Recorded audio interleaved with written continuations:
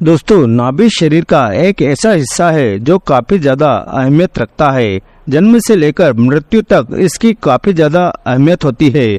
बल्कि जब भी बच्चा जन्म लेता है तो माँ के पेट से नाभि से पोषण को ग्रहण करता है।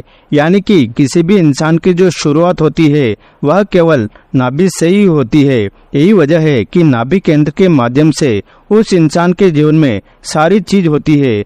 जैसे कि अगर किसी व्यक्ति के जीवन में धन की समस्या है या फिर अगर वह व्यक्ति बहुत ही ज्यादा परेशान रहता हो, जितनी भी चीज करता हो हमेशा उसका दुर्भाग्य उसे घेर के रखता हो, किसी भी चीज में कोई सफलता न मिल पाती हो, तो इसका मतलब यह होता है कि इस व्यक्ति का नाभि केंद्र कमजोर है। अगर किसी व्यक्ति का नाभि केंद्र बलवान होता है तो ऐसा व्यक्ति काफी ज्यादा सौभाग्यशाली होता है। ऐसे व्यक्ति पर पितरों की कृपा तो होती ही है, बल्कि आपको बता दे कि नाभि केंद्र में भगवान विष्णु का और माता लक्ष्मी का स्थान बताया जाता है। और यही वजह है कि जिन लोगों का नाभि केंद्र बलवान होता है, मजबूत होता है, तो ऐसे लोगों के जीवन में कभी भी सौभाग्य की, धन की कमी नहीं होती है।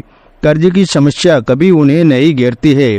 पितरों के साथ साथ माता लक्ष्मी की, भगवान विष्णु की कृपा उनको प्राप्त होती है। लेकिन सभी लोगों का नाभि केंद्र बलवान नहीं हो पाता है। लेकिन कुछ मंत्रों की सहायता से नाभि केंद्र को बलवान बनाया जा सकता है। इसके अनेकों फायदे हैं और इससे काफी ज्यादा फायदे जीवन में देखने को मिलते हैं। तो इस वीडियो को बिल्कुल ध्यान से सुने, क्योंकि नाभि केंद्र अगर आप अपने जीवन में बलवान बना लेते हैं तो इससे जीवन में सुख समृद्धि बढ़ती ही चली जाती है। सबसे पहले तो वीडियो को लाइक करके कमेंट बॉक्स में ओम नमः शिवाय, हर हर महादेव अवश्य लिख दे, जिससे भगवान शिव की कृपा आप पर हमेशा बनी रहे। तो दोस्तों, आपको बता दे कि नाभि केंद्र, जैसा कि हमने आपको बताया है, इसका जीवन में काफी ज्यादा अहम रोल होता है। और अगर यह कमजोर हो तो जीवन में दुर्भाग्य को उत्पन्न करने वाला होता है।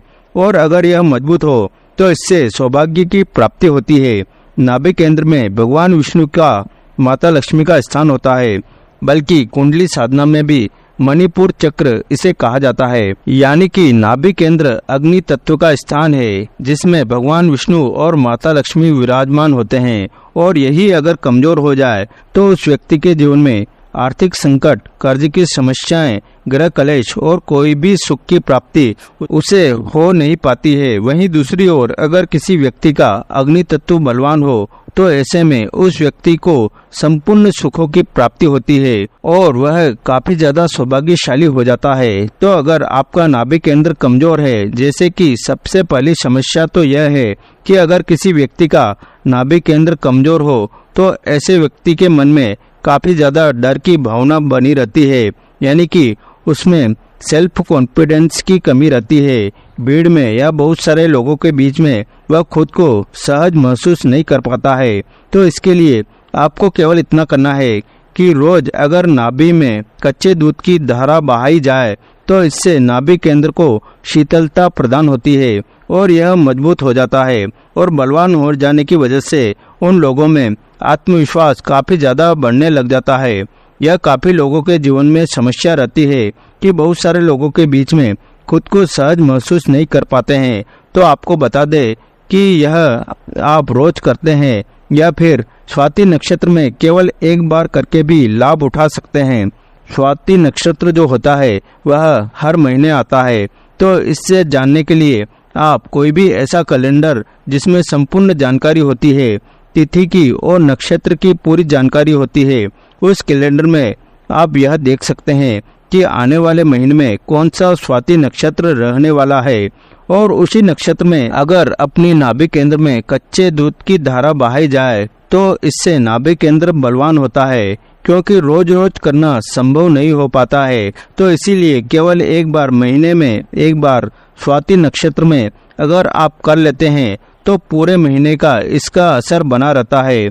खासकर कि जिन कन्याओं के विवाह में बाधाएं आ रही है, अड़चनें आती है या फिर शादी के बाद उन्हें सुख की प्राप्ति नहीं हो पाती है, जिस घर में वह रहती है वहां पर हमेशा अपमान का सामना करना पड़ता है, मान सम्मान उन्हें नहीं मिल पाता है, तो स्वाति नक्षत्र में अपनी नाभि पर दूध की धारा जरूर अवश्य बहाया करें।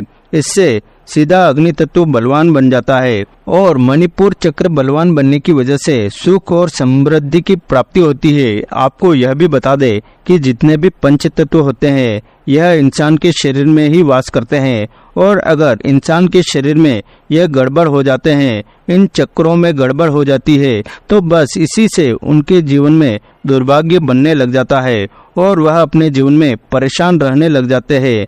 अगर आप यह नहीं कर सकते हैं तो आपको बता दें कि मंत्र की सहायता से भी मणिपुर चक्र को, नाभि केंद्र को बलवान बनाया जा सकता है। नाभि केंद्र का जो बीज मंत्र होता है वह रम होता है। इसी के साथ राम नाम का भी जाप किया जा सकता है। राम नाम के जाप से भी नाभि केंद्र बलवान होता है, और यही वजह है कि जो भी लोग राम नाम की साधना करते हैं उनका नाभि केंद्र बलवान होता है।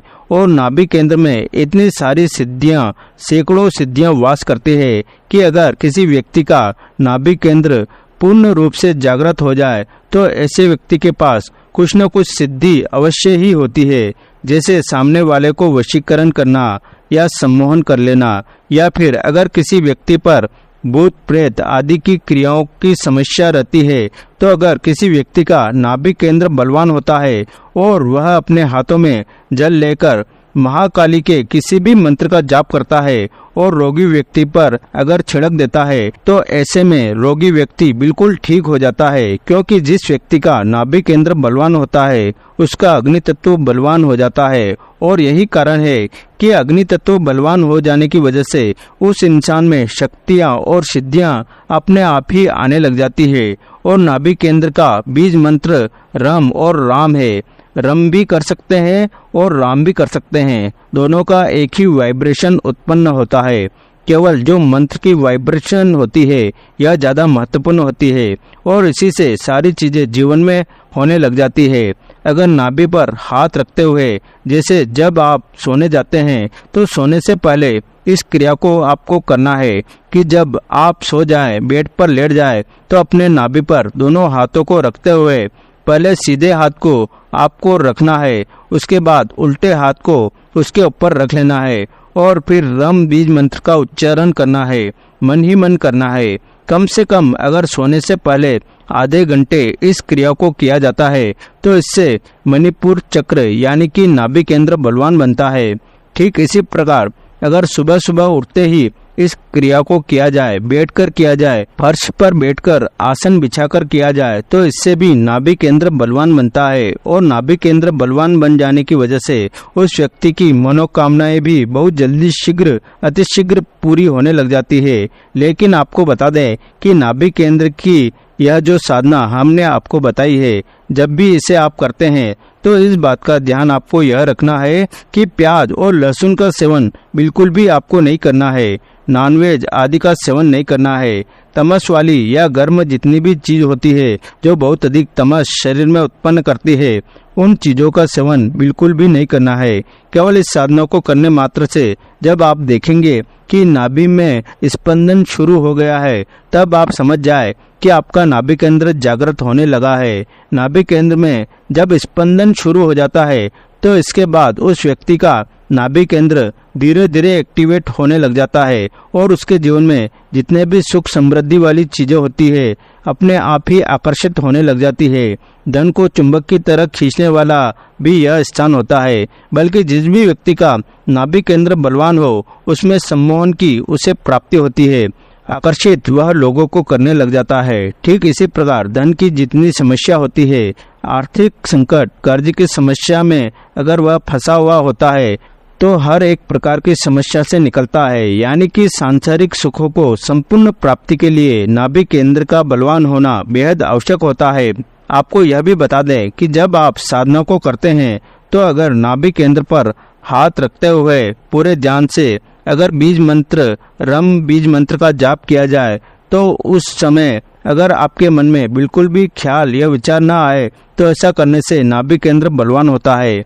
यह ऐसी सरल सी तंत्रोक्त साधना है जिसे काफी सारे ऋषि मुनि और काफी सारे साधक करते हैं और अपने नाभि केंद्र को बलवान बनाते हैं। इसके बलवान हो जाने से काफी सारी शक्तियों की, सिद्धियों की प्राप्ति होती है। इसे काफी ज्यादा तरीकों से बलवान किया जा सकता है, जो आने वाले वीडियोस में भी निश्चित हम आपको बताएंगे। इस खास जानकारी को दूसरे लोगों के साथ शेयर भी करें और इसी प्रकार की खास जानकारी पाने के लिए चैनल को सब्सक्राइब अवश्य करके रखें।